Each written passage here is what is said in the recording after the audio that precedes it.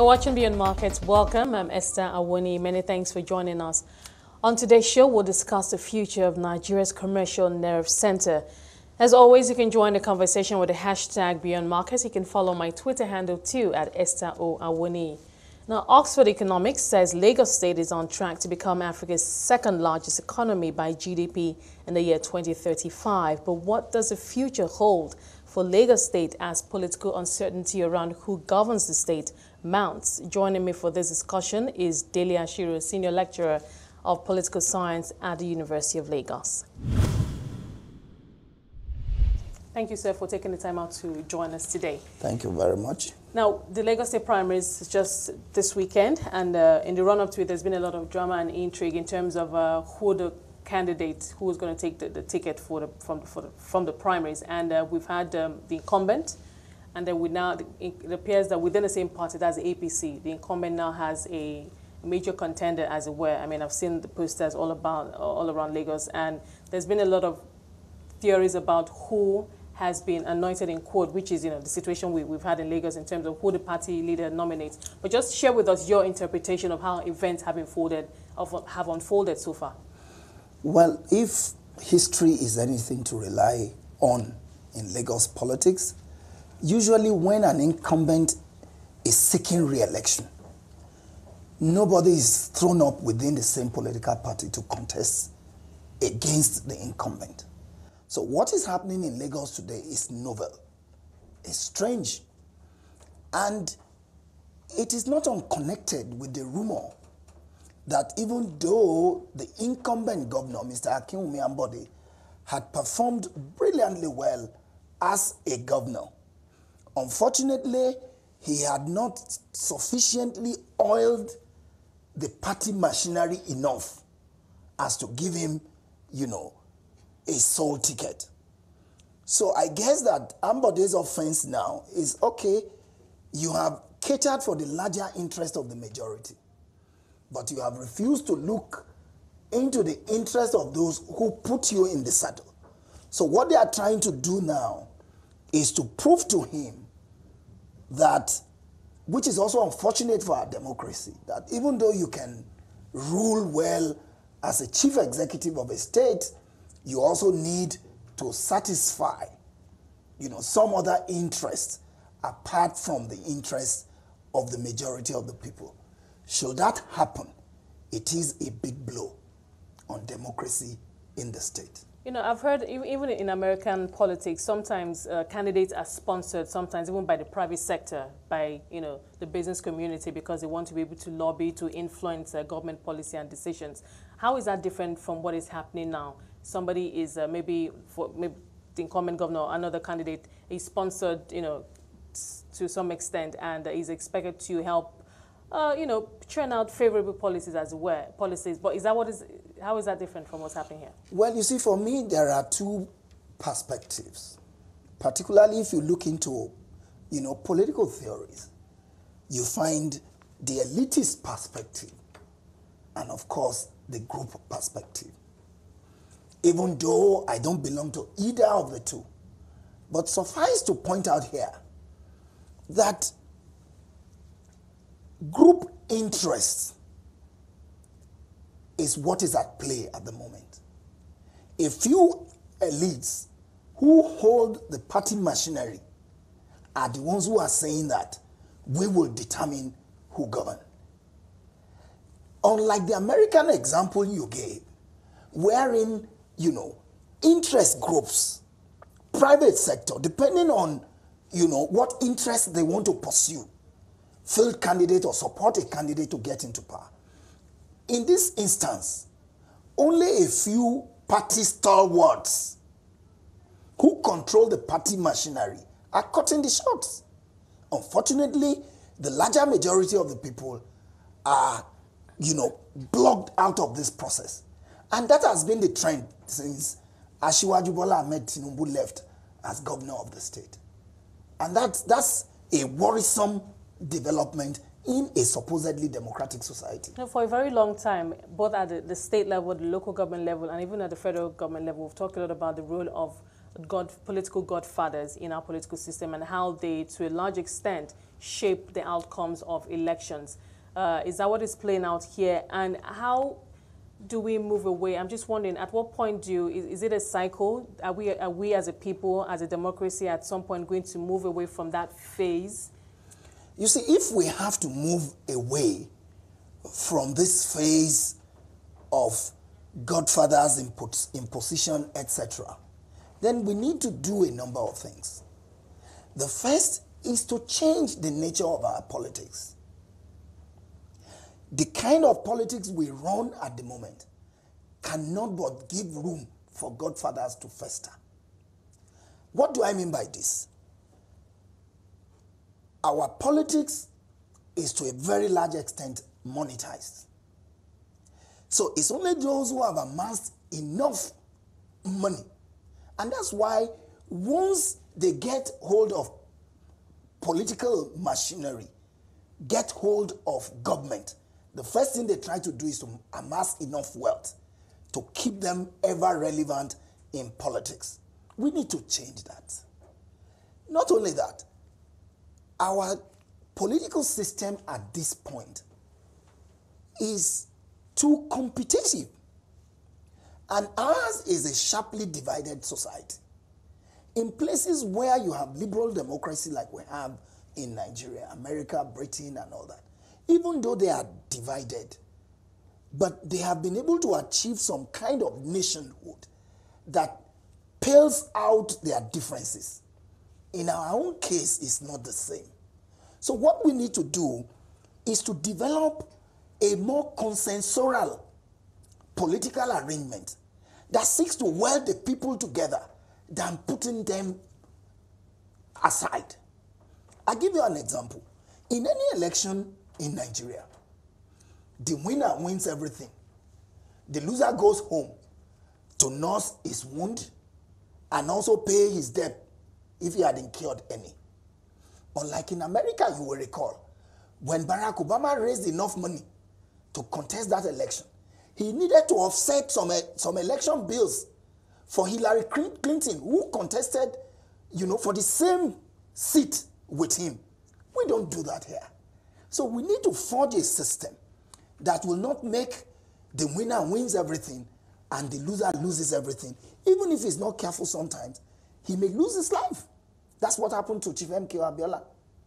So what I'm therefore saying is that rather than the first past the post system that we operate, what I mean is those who win by simple majority, we can say, okay, let us do a proportional representation kind of system in which seats in government will be allocated to political parties only in proportion to the votes that they get, during election. In which case nobody is shut out. And then the zeal to get into power at all costs is reduced to the barest minimum. Not only that, you also find a situation where when you form this kind of arrangement that I'm talking about, we don't need to hold election in 4 years. 4 years is just around the corner. And look at the humongous amount we spend on election every 4 years. As you may be aware, INEC is spending several billions of naira to conduct the next election. So why can't we say in this round of election, we're going to put people in a college, in a collegiate system. We have 6 geopolitical zones in Nigeria. Let's put 6 people into the presidency, and each of them from each zone will rule 2 years. 2 times 6 will give us 12. And then they collectively take decision in the interest of the society. 1, we save a lot of money. 2, we save a lot of bricklaying. 3, we wedge our people more together than this competitive market kind of democracy where the winner takes all and the loser loses Speaking everything. about people, it would appear that, because sometimes, and as we're progressing with this new election cycle, it would appear that the politician, all that's happening is just happening within, amongst the politicians themselves. And one gets the impression that the electorate don't have a say. And at the end of the day, obviously, it's people who are going to go out to vote for their own representatives.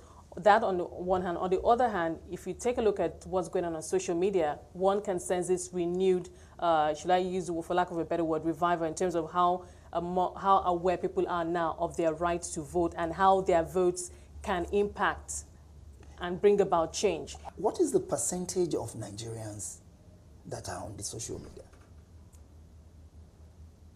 Very insignificant. And if you also talk about all the campaigns on the social media, it will be limited to only those who are on that medium. The vast majority of people who vote in Zungeru, in Dutse, in Guzo, in my village, even here in Lagos, in the remotest areas of Badagry and Ekpe, how do they connect to the social media? How do they relate to that reality? So the point I'm making is that the awareness on social media will only be limited to those who are on those, those channels. And I think that what we should rather do is to mobilize the larger majority of our people.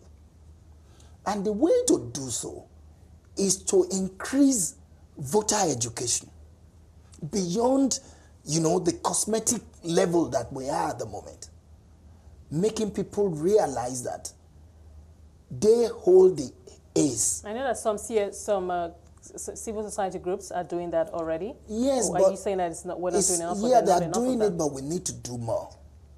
And also, there are a lot of questions about, this civil society. So, but the point to note is that we need to do more. We need to make people understand that they have enormous power to either put people in government or take them out. That was Dele Ashiru, Senior Lecturer, Political Science at the University of Lagos. We've got more on Beyond Markets with the conversation when we come back. Join us again. Welcome back to Beyond Markets. We're continuing our discussion on what the future holds for Nigeria's Lagos state. My guest is Dele Ashiru, Senior Lecturer, Political Science at the University of Lagos. Let's pick up from where we left off. We talked about the people needing to take voting more seriously and realize that they are the ones who should determine their destiny, as it were. Now, I've often heard, when I talk to political analysts, I've often heard them say that, look, typically in Nigeria, the middle class don't vote. It's the people in certain geographical areas or of a certain income bracket who come out to vote, and they're usually, they're usually larger in numbers, and they are the ones who come out to vote eventually, who are the ones who can stand on queues for long hours, whatever the weather conditions are, and that their needs, what they want those representatives that they're voting for, their needs are different, very different from what the needs of the middle class are. That's why we usually see that clash sometimes. What is your perspective on that? Well, the first thing is to conceptualize what you mean by the middle class. I don't agree that we have middle class in Nigeria as we speak. We only have two classes, the novel rich and the rest of us. Now, but addressing that specific question about a certain category of people, elites, not coming out to vote, I think that that is really a challenge. And that's why INEC must begin to think creatively about how to solve that challenge.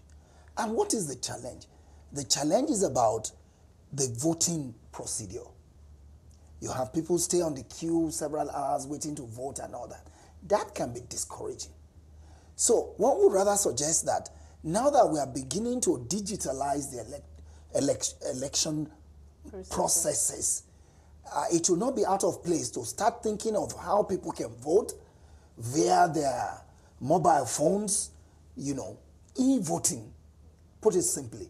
Once you do that, maybe in the confines of my room, I could easily cast my vote and then forget about it. If we continue on this traditional pattern of voting, go to the polling booth, queue up for accreditation and all that, stay on the queue until you vote, you may really not find people, in that category interested in it. Another point is the quality of people that are thrown up amongst political parties. Some of us will think that why would a university graduate go queue behind somebody who really had not done anything apart from politicking in his life? So the quality of representation would also determine the kind of participation. that people will put into it. And of course, if you look at, those that are thrown up for political offices in Nigeria, it's not based on any competence. It's either through a godfather or because you have the time to politic and move around in the night and do clandestine things. So we need to review that too. How do we solve that? I mean, sort that out at that level. I mean, you can only vote for those who have come forward to, who have put themselves forward. If there's nobody there on that platform, then who do we vote for? Even if you want to go there and vote somebody else. You see, by the time we begin, I talked about voter education the other time. People will begin to see the need to seek out people. In some societies, people in your community will come to you to say, look, you have done X, Y, Z over the years. We think you can do it. Please come. I am looking forward to a day when such situations will happen in Nigeria. They will put, and that's also part of the problem we have in our democracy. Now you are thrown up by a godfather who has all the money. Once you get into office, you spend all the years servicing the godfather, placating him, forgetting about the people. And what I'm saying is not new. In Nigeria, in the First and Second Republics, people were contributing their hard-earned money to political party to fund candidates into government. The reverse is the case now. In fact, now, the people are even waiting for politicians to share money to them during election. So these kind of things must change. When we are able to get our first 11 to be in government, we will begin to change a number of these. And a number of these people you describe as middle class would also find it imperative to go and participate in the process. Finally, one other problem associated with this, lack of participation amongst a group of people is also the violence that attends the electioneering process. If you know that you will be humiliated, you can be attacked, you can be manhandled by either security, so-called security agencies at the polling unit, or even by the other group, the other class of people that we talk about. You rather want to save your head than risk, going to the polling booth and get, injured because you want to vote for somebody. So we need to look at all of these issues. Once we're able to resolve them, it becomes very easy for people then to willingly, voluntarily go to the polling units and participate in the process. Now, I want us to quickly talk about elections at the local government, local council levels, because a lot has been said about how that is like a foundation, and if we can get it right at that level, because that is the government that is closest to the people, especially those in that are in very large populated areas. And we hear that it's not different from what we see with the governorship and the rest of it.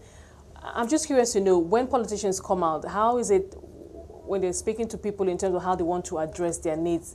Is it that the people come to them and say, okay, these are our needs, or they just, how does it work at the local government level here in Nigeria? Because I look at other climes and I know that the politicians know what the issues are. They come out and they talk about these issues. Many times they criticize the current government and talk about the things that they're not doing and use that as a platform, as a voice, to make theirs known. So, well, how does it play out here? You see, unfortunately, that level you have mentioned is the one that is, although most important, but yet the most neglected in Nigeria. In Lagos, for example, only one person will sit down and write the names of who will be what in all the local government areas and local council development areas. This is not healthy for democracy. And that is the way it is all over the country. So, I am advocating for, a more devolution of powers to that level of governance. Not only that, they also must democratize the councils if we desire development. The only way to do that is to restructure our polity. Because at the moment, power, resources, everything is concentrated at the center. And then you then have a center that is a behemoth. And that's why it's not functioning. If a road is bad in Lagos, they say it's a federal road. How will the person in Abuja know that a road is bad in Badagry?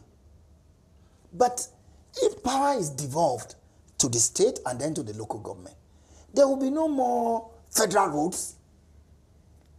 It will be state and local.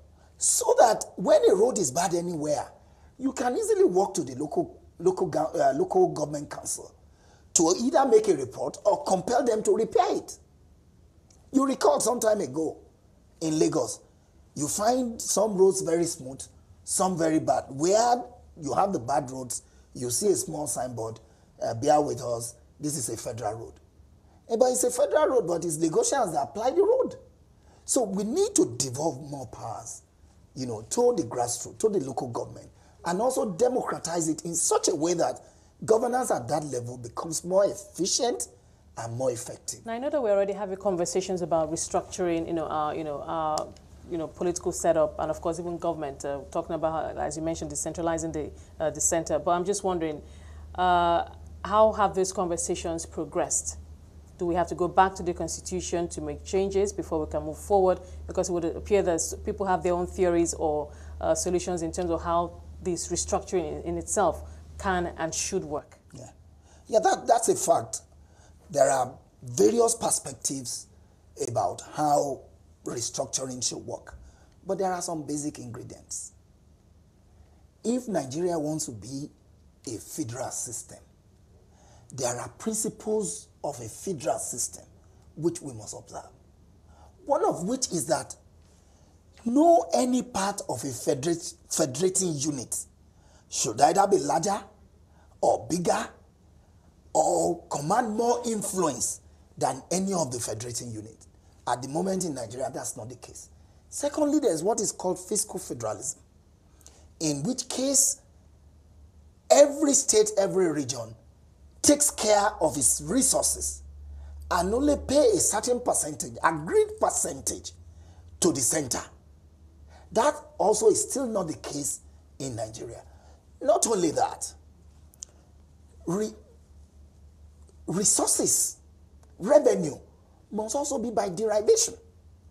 By the time we do all of this, it means that the federal government must shed itself of all of the responsibilities it had acquired over the years and limit federal responsibilities only to questions of currency, defense, international relations, etc. And then leave other aspects of governance, education, roads, housing, etc., to states and local government. If that is done, you find out that the craze about the federal will fizzle out. Not only that, the Senate and the House of Representatives that have constituted themselves into a conduit pipe, for milking the resources of the society, would also fizzle away. And then governance can then be at the state and at the federal level, because those will be the federating units. Now, Dele, we only have about 2 minutes left. Let's bring this back to where we started from, elections, the primaries. I'm just wondering, you talked about how things need to change in terms of, political godfatherism, and how people need to be more aware and about what the importance of their voting rights. Do you see this changing? Do you have any hope, or are you optimistic in terms of how we can begin to change this? Because I know we're having conversations now. I know civil society organizations are creating awareness, but I'm just wondering. Well, if this conversation continues, I'm optimistic. Although not in the very recent time, but I'm optimistic that if we continue this conversation, we begin to organize. You see, the problem with our society is that we agonize a lot. This thing is not good, it's not good, it's not good. And then there are no positive steps to change them. One of the positive steps that we can take now is to begin to organize.